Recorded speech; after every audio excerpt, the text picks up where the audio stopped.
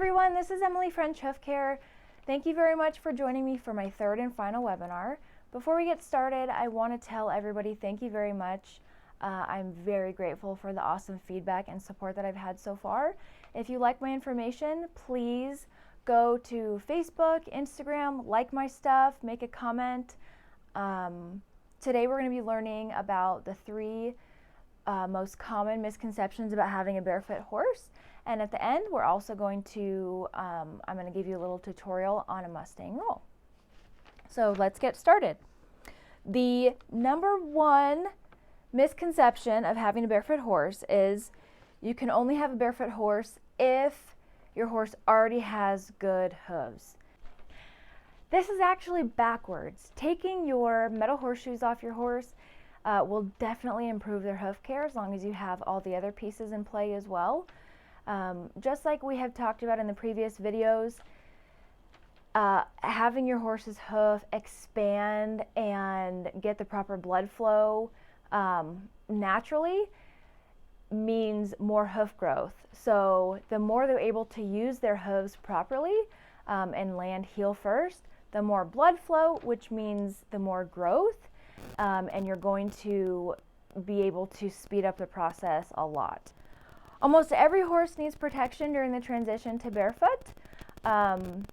Just like we've talked about before, they need to be able to use their hooves correctly, and if they're really sore and they're walking around landing toe first, that's going to create a whole ripple effect of issues. So it's really important that once you pull them out of shoes, you put them in some sort of glue-ons or hoof boots. There's a lot of different options that work really well so that they are still able to use their hooves and you're still able to ride them. Like I said before, the more you're able to ride your horse and the more your horse is able to use their hooves, the more blood flow, which means more growth and faster growth.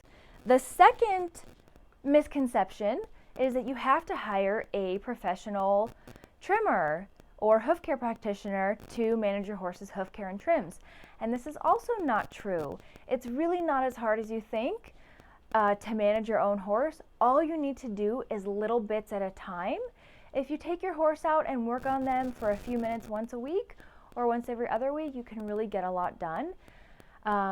You can start out with just using a rasp and getting a hoof stand and trying to conquer the Mustang roll, or trying to mitigate cracks if they're getting too long. Start looking at your horse's hooves and understanding what's happening with your particular horse, because each horse and each hoof is different. Then if you hire somebody to help trim your horse while you're learning, or you just want to do maintenance in between, you will have a much better understanding of how to pick somebody to help you with your hoof care and how to know whether or not they're even doing a good job, whether or not they're providing your horse with a proper trim. Please do not hire somebody that has gone to a regular farrier school. I have nothing against that, but trimming a barefoot horse is a lot different than trimming a horse to put a shoe on. It's just completely different, and a lot of times those things don't overlap. I hope you guys got to see my post about the Olympic jumping horse. While I was watching that, one of the announcers was talking about an interview with one of the jumping riders, and he said that he really loves working with horses because they're not only great teachers to teach you things about horses, but they also teach you a lot about yourself. So please do not be afraid to get started. If you have an open mind and an open heart, you can do great things. All you need to do is take the first step, which is to get started. The third common misconception I hear a lot is that in order to have a successful barefoot horse, you need to feed them supplements. This is also very, very wrong. Horses are not meant to be eating high sugar, high carb foods at all. That is why they have laminitis, that's why they founder, that's why they have flares in their walls. It creates so many issues. The wild Mustangs that are out grazing in the desert, if you look at what they're eating, it's really hard to fathom how they can get enough calories.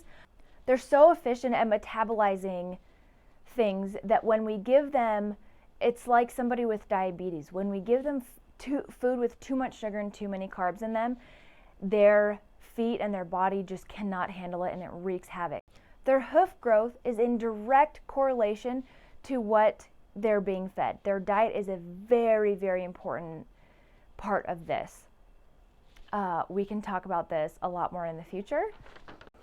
But a lot of supplements that you find at the feed store or online, they are not regulated at all. So what you see on the label is not what is actually in the supplement. There's nobody checking to make sure. A lot of these things have fillers in them, and they're really high in sugar and really high in carbs, and only actually have a very small amount of the minerals or the things that you are trying to give your horse in the first place. There are some supplements that are really good for barefoot horses, but you have to do research. I have a list of them, of the ones that are good, but most of them are just absolute crap and should not be given to your horse at all. Another issue is that most horses get too much iron. There's iron in their hay, there's iron in their water, there's iron. All of these supplements and extra feeds you're giving them are loaded with iron. And a horse can get something called iron overload, which affects their coat. It affects a lot of different things. And the iron, there's no way to get the iron out of their system.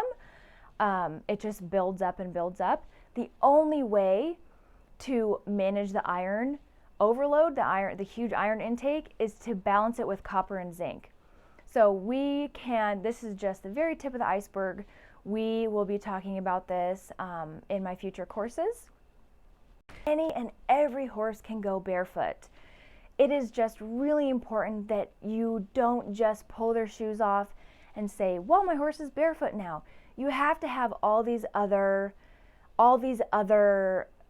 really important components to be successful with your horse barefoot.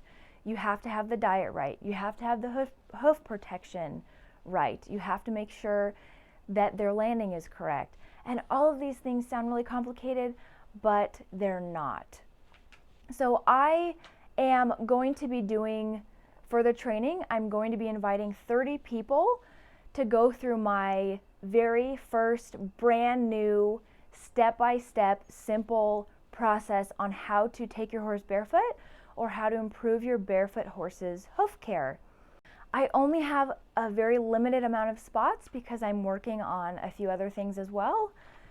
But once these spots are filled up, once the 30 spots are filled up, then we will be closing the doors. I can't accept any more. The first 30 people that sign up will become founding members to my hoof care course, and I will be offering you a 50% discount. In this course, we will be learning more about hoof protection. We'll be learning how to prevent issues like cracks and abscesses, how to prevent laminitis, how to prevent navicular, how to prevent founder, how to identify issues before they become serious, how to start trimming your horse, or how to do maintenance in between trim cycles, how to make a proper diet plan for your horse to grow in the best hoof wall, and how to pick a trimmer and how to know if your trimmer is doing a good job and providing your horse proper hoof care. So to sign up for my course, please go to emilyfrenchhoofcare.com. Thank you for joining me. Now I'm going to be showing you a video of a Mustang roll. The Mustang roll, in my opinion, is the very most important part of a trim. It really helps direct pressure up and away from the hoof wall.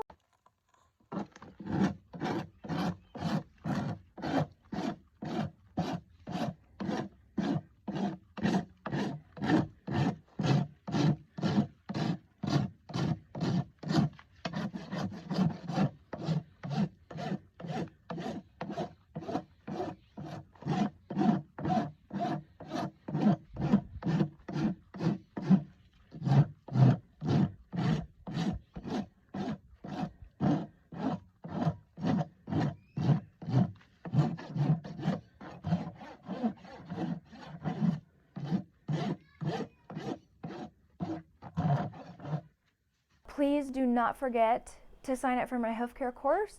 Once we fill up the 30 spots, we will be closing the doors. I hope to see you there. Thank you.